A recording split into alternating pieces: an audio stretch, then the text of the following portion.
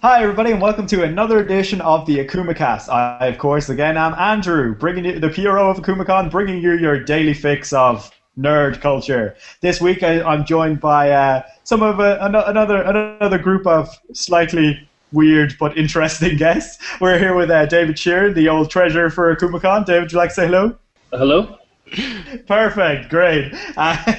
Ben is joining us from our special guest of the day, coming to us as the special agent of QCon. Ben, do you want to say hello? Hi guys, how's it going? Perfect. And John Burke joining us once again on the podcast, simply because everyone else said they were busy and John was free. I am the guy that shows up when everyone else is not. Yeah, you're a go-to guy when we need a fallback plan. So guys, I want to welcome you. Yeah, you're the fallback guy. So guys, I want to welcome you all to coming on the podcast. Of course, this is David and Ben's first time. Me and John, of course, are veterans. The Akumakast is sponsored by Akumakon, Galway's Galway's anime and manga convention, and sponsored by the Wa Cafe in Galway. They have good food. We promise. Go there. Enjoy. So, as I said, we're joined here today with Ben Harrison. Ben Harrison is the special secret agent of QCon, so I've been told. That basically means Ben has been involved with QCon for quite a number of years, and he's on here today as our special guest because QCon are going through a very special anniversary this year, and we thought it'd be really cool to give them a shout out. So, shout out to QCon. Everyone should attend them, and I'm going to let Ben give you a little bit of history now. Just. Do I have to make the flashback music? I can do that, but yeah, go ahead. Yeah, why not? My remit here now. Oh god, that was terrifying. That was Twilight Zone. What the hell? Yeah, that's what my flashbacks are like. Oh god, okay. So, okay, QCon. Yeah, Big 2-0. It hasn't quite been 20 years. It's been more than 20 years since QCon was founded, because we had a couple of break years in the early ones. And for my sins, I've been involved now for the past 10. My first one was very, very peripherally involved as the treasurer of Dragon Slayers, and Dragon Slayers is the Queen's Gaming Club and anime club that runs QCon every year. So very peripheral involvement in the first one, and then in the next one got sucked in, and then the next one got sucked in some more, and then started to drown about 13 or 14. And since then, I've been living happily as a QCon undead minion. Now, yeah, so a bit of history about QCon itself. I mean, it started like, again, we're talking sort of late 80s, early 90s, whenever it actually kicked off.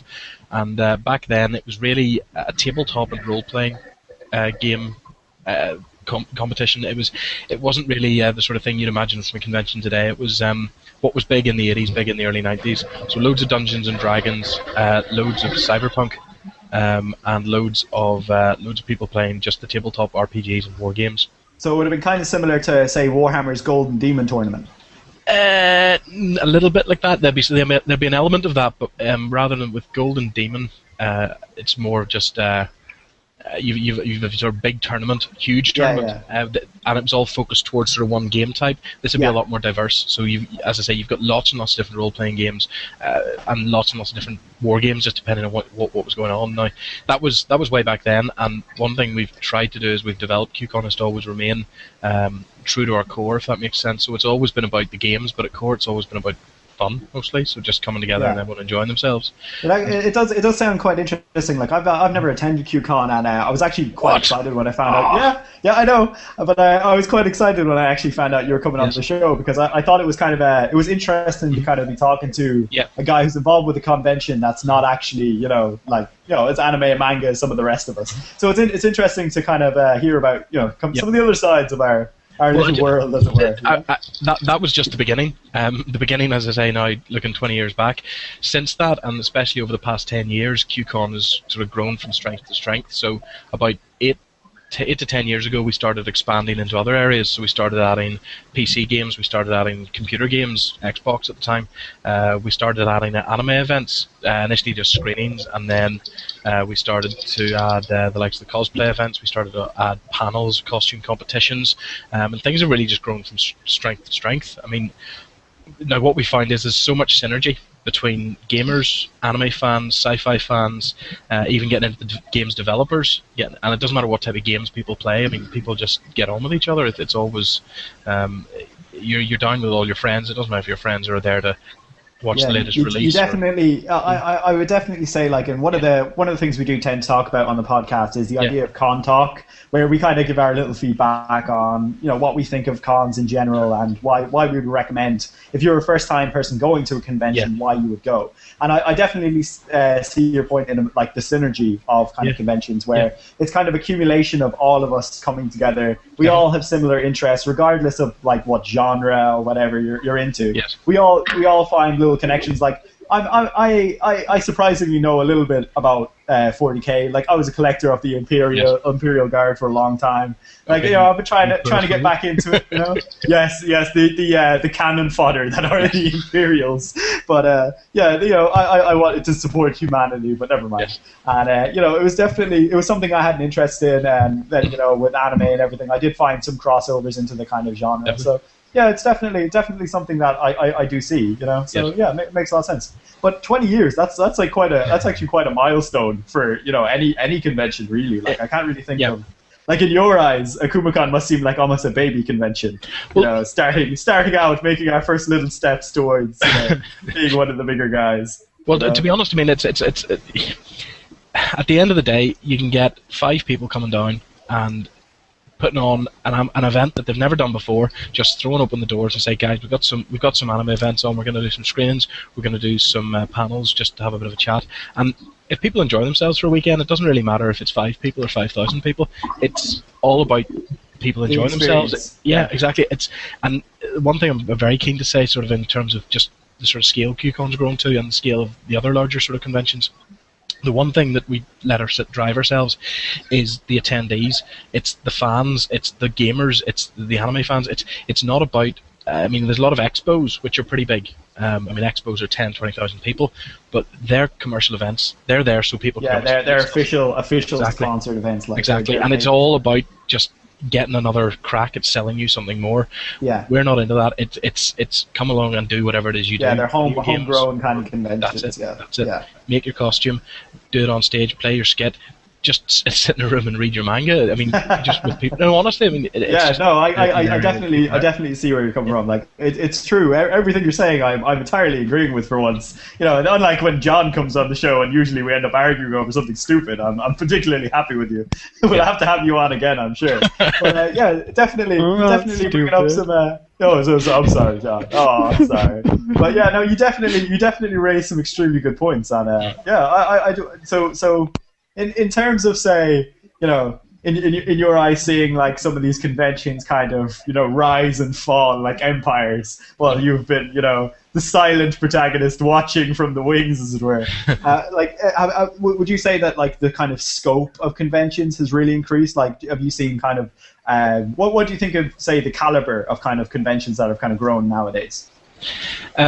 I think that what's happening now is that because of everything from social media to the internet to just the it sounds silly, just the availability of technology, the availability of spaces to hold these things, the willingness of people to come together, it's a far tougher, and I don't like to use the word market, but it's a far tougher place for people to exist as a convention. So while new conventions may not have all the fancy bells and whistles or may not have the same number of people, just even existing now as a convention, it's easier to do, and so it's far harder to stand out when you're doing it.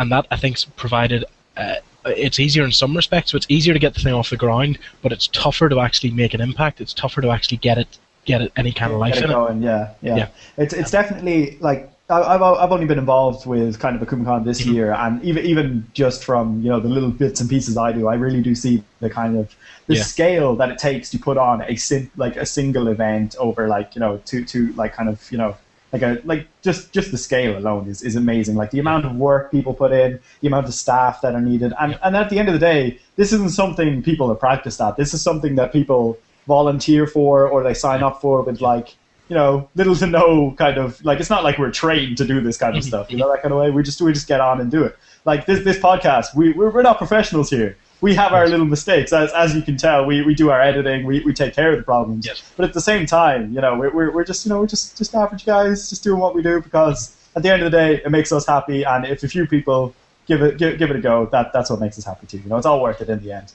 You know, get a few fans and be happy. I would definitely say you've definitely piqued my interest. Anyway, I'll actually consider kind of heading up there, heading up over yonder to go visit QCon this year. Check it out. Do you want to give a shout out for the dates there? Just give us the dates. Yeah, I was going to say if there's just a couple of things I could finish on. QCon, obviously this year, QCon 20. That's happening from the 28th to the 30th of June. Starts sort of late afternoon Friday, and then finishes up Sunday night, in and around Sunday night.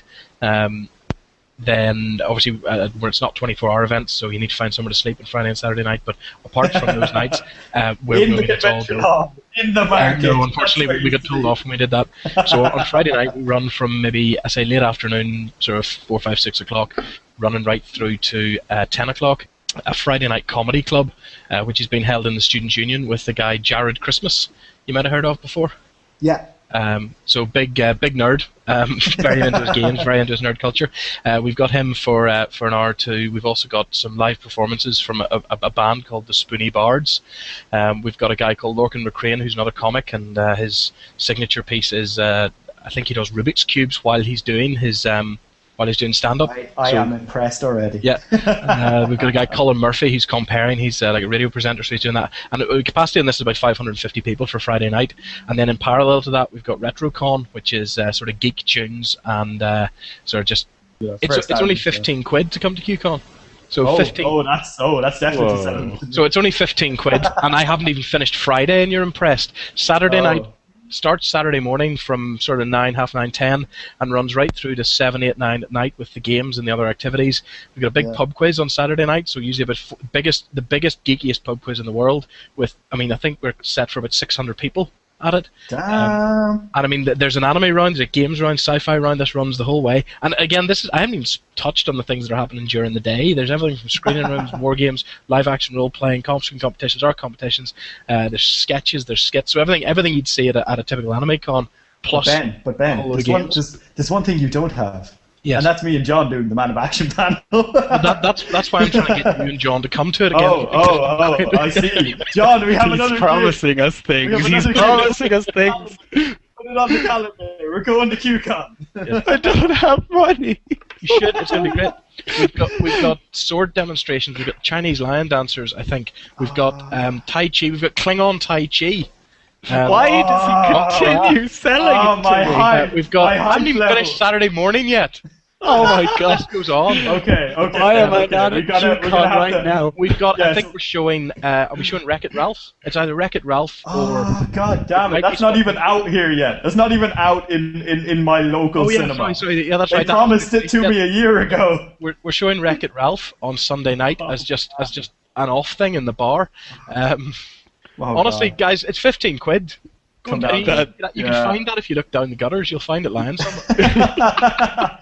Sweet. Right. We're just show up and just see what happens.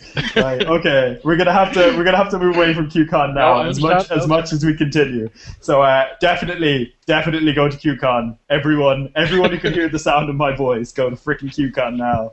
You know, if you've listened to the Akumakast, show up to freaking QCon. If you haven't heard of the Akumakast, show up to freaking QCon. Doesn't matter. You will know. What are the dates actually? The dates are 20th to 30th, so it's not this weekend, but it's next weekend. Oh, right. Okay. We definitely have to get the show out before then, Niall. We have to get the show out before then. If we produce it after, we'll look like idiots. I have a week to go and search in all of the gutters. Yeah, yes. Right, okay. So we're going to move on now because, of course, we have David here with us. And David, for those of you who don't know, David was our treasurer in the Akumakon last year and is probably the biggest Mecha fan I know. David is the guy who ran all of our Mecha screenings last year in NUIG. He introduced me to the marvel that is Japanese Spider-Man. And David, I have one simple question for you. As a Mecha fan, we've talked about this on the podcast before, but as a Mecha fan, is Pacific Rim basically what you want it to be? Is it what you dream of an American movie to be made of a Japanese idea? Oh, absolutely. Pacific Rim is a massive love letter to giant robots and, kaiju, all from Japan.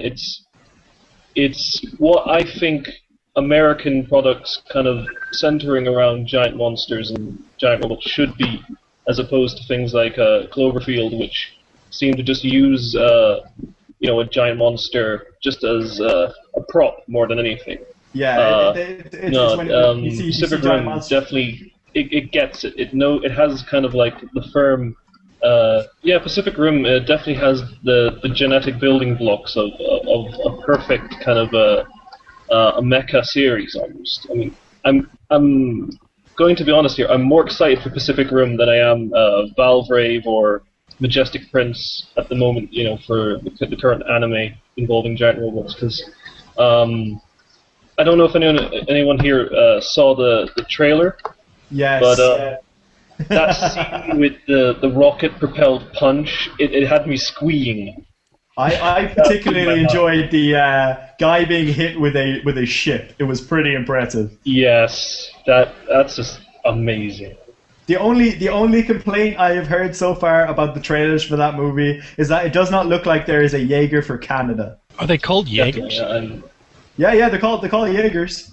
Like the shot? Yes, like the shot. Yep, that's what they're called. It's pretty impressive, I know.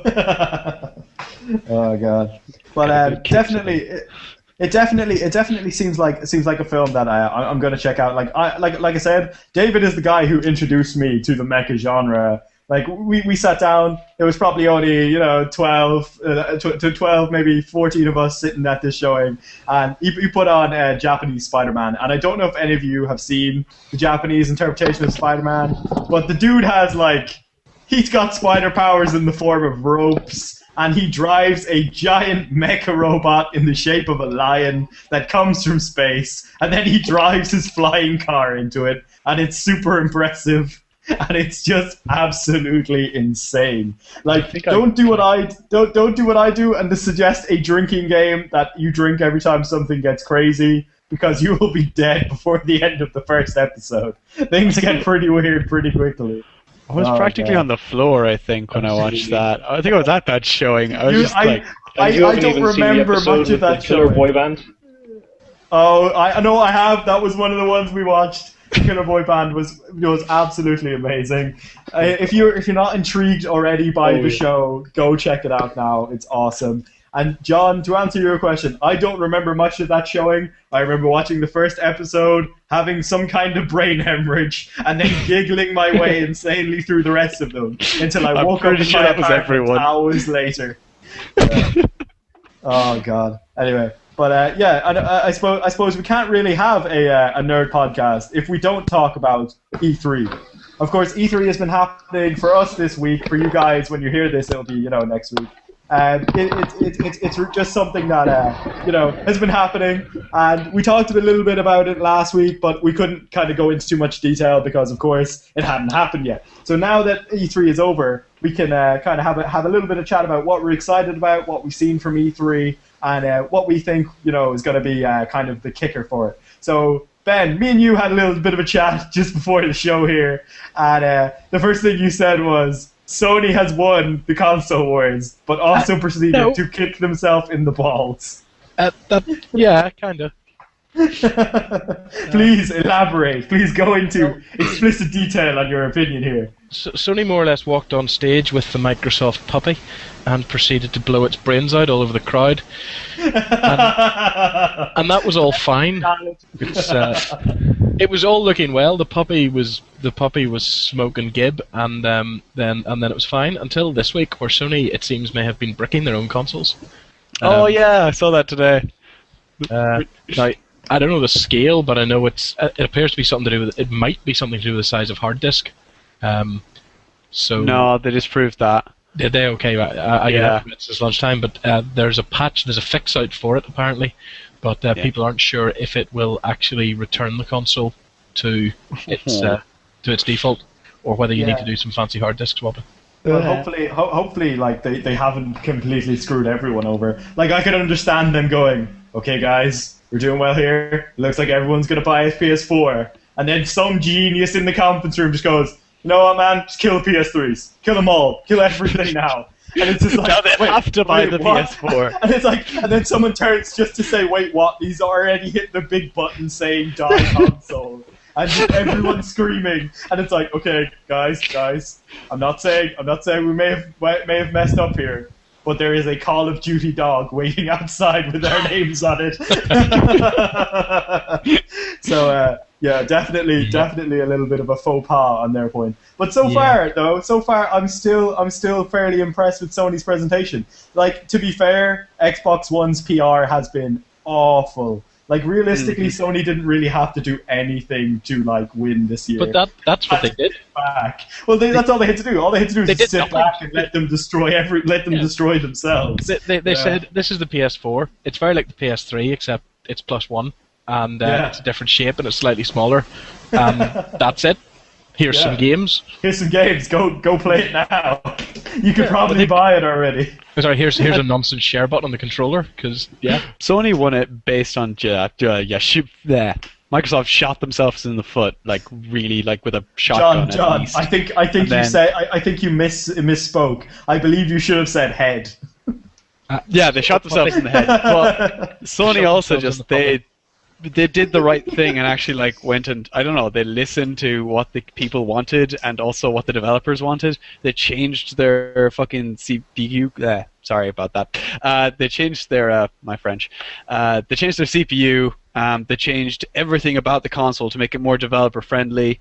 They removed the need for the having to buy the Move with it. They just sort of built it into the controller a little bit, so that when you do have the eye, it works better. Better sort of console because it's slightly faster than the Xbox. They made it cheaper and they made it smaller. So, it's even smaller. There's a couple of things with that. While Sony, did win, Sony. You're saying they listened to the developers about the cell processor. That's not why they took it out. They took it out because it's cheaper to take it out. Likewise with the Move. True. Let's be honest. You look at the Kinect and you look at the Move. The Move's crap. The Kinect's actually quite good. They took it out. Well, we haven't seen the quality of the Move. John, there's a reason we didn't see the quality of the Move. It's the same reason we haven't seen how good a PS Vita is. It's because no one made anything for it. It's like, this is true. I'm gonna make a game using a Move controller. Unfortunately, nobody makes Move. It's gonna have to require someone to move. The only game for Kinect as well, though, was Just Dance, to my knowledge, that actually was What are you talking about? What are you talking about? Kinectables was the greatest game ever made. Okay, clearly my lack of having an Xbox has impeded my conversation. Yes, it's impeded it completely. Like, you have no idea. A bolt-on. It's a bolt-on, but it's still a better bolt-on than the Move. The difference is that Microsoft, somewhere along the lines, there's two different groups in Microsoft. There's the technical guys, and they are fantastic, and they come up with some really smart stuff. And one of the things which I'll say in a second is really smart.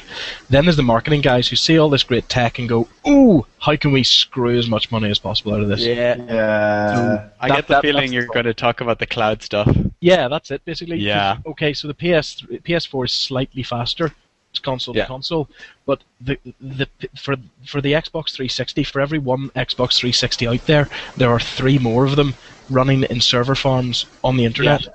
And that also requires the developers to actually make use of that. So if they do, that's going to be amazing. Well, that's the thing. I mean, that is. I mean, so you look at technical achievements. That is why technically the Xbox 360 is better. The problem is none of the technicals enter into why the PS4 is going to win. PS4 is going to win because all the marketing people were drinking too much Kool-Aid.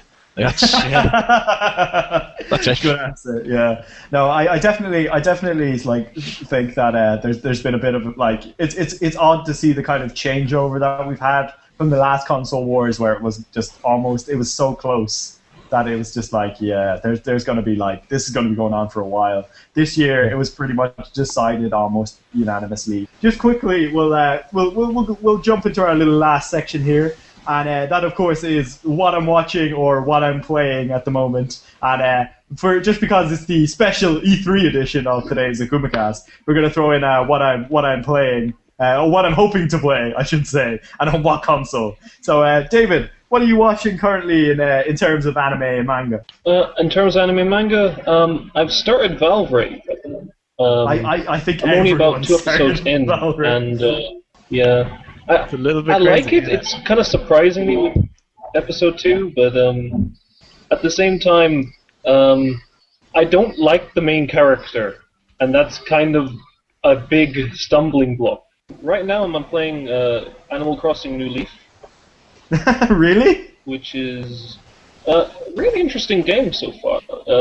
It's your typical Animal Crossing. Definitely seems like a game that I'll have to check out. The only thing I know about Animal Crossing, as Niall is pointing out to me here in the comments, is that the villager will be in the new Super Smash Bros. And he has been transformed by the internet from a cute, innocent-faced child into a cold, psychopathic killer overnight. If you haven't seen the YouTube videos that have been made with compilations of like Slayer, go watch them and shiver in horror at what Super Smash Bros. Has done to him.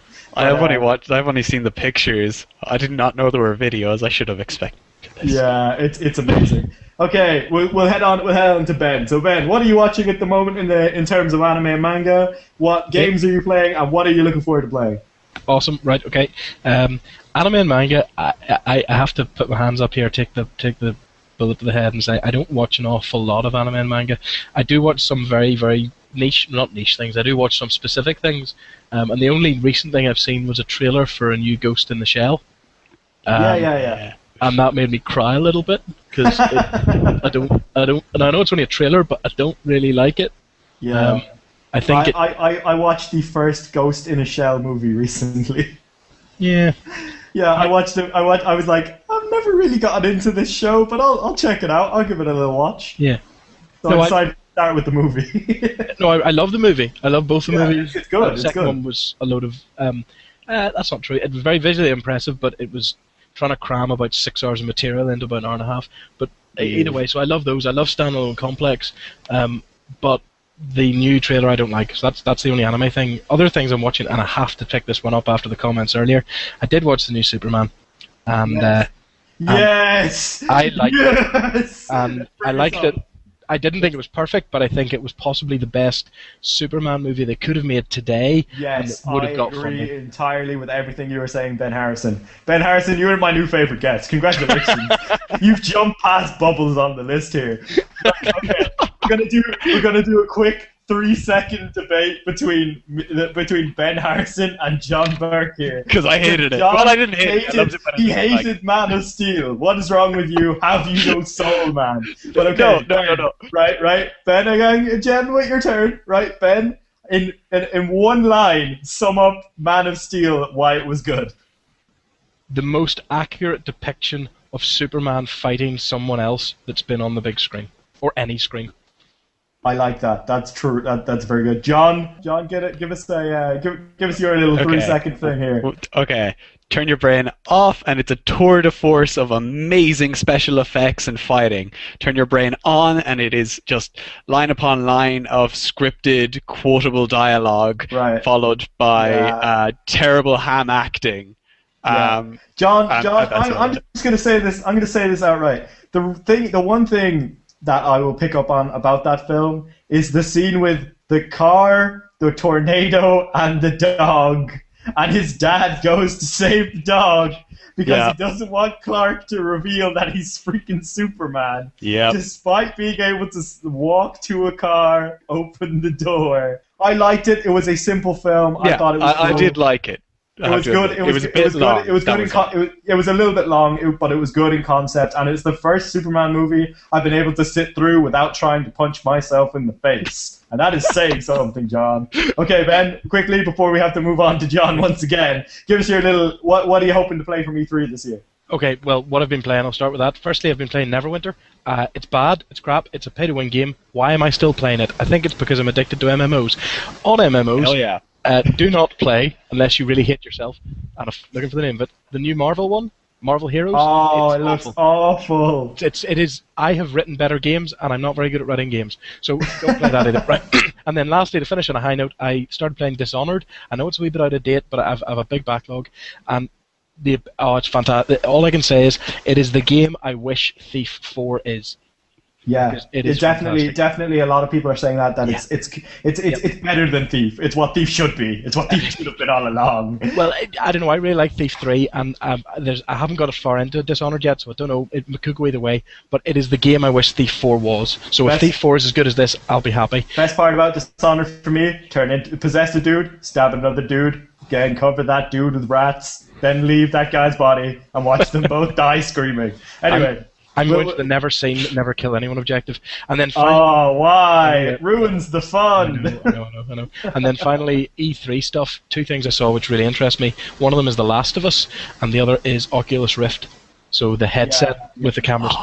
We'll have to talk about that another time. Yeah. We'll definitely get you back on, and we'll talk a little bit more about that, because we have to jump to John now. Nope. John, Okay. you loser of the Akumakast. Okay, So, John. What are you watching is Gargantia and Valrave. Going on to what I'm playing is on Epic, which is a nice little indie game, and it's beautiful. It's just full of reference to every single RPG, like World of Warcraft that you've ever and or other RPGs, and fucking hilarious. And also, what am I looking forward to from E3 is I really want to play The Last of Us. It looks amazing. It really does. So thanks for listening to the Akumakast. I'm going to get everyone to sign off now. So David, thanks for coming on the show. It's been a joy to have you. Thanks a lot. Ben, of course, we'll have to have you back on the show. You're an excellent guest. Thank you for coming on and talking to us about the joys of QCon. And maybe we'll be seeing you there. Who knows? If we're not too busy, we'll definitely Honestly, drop come and up sleep in my check it out. couch. You can sleep. Oh well, there you go. There you go. Me and John on the couch. That'll be entertaining. But right, good. Anyway, thanks for coming on the show. We'll have you on again, and you've been great, crack. Thanks. So bye. Goodbye. John, once again, you come on the show. People abused you. How do you feel? A little bit abused. You're a little bit abused, but otherwise happy. It was a great show. Thank you. Awesome. So, see you later, John. See you, bro. Bye. Will do. And finally, it is once again just me, Andrew, your host of the show. The last man standing as always. Niall, don't mute me. But thanks for listening to the Akumakast.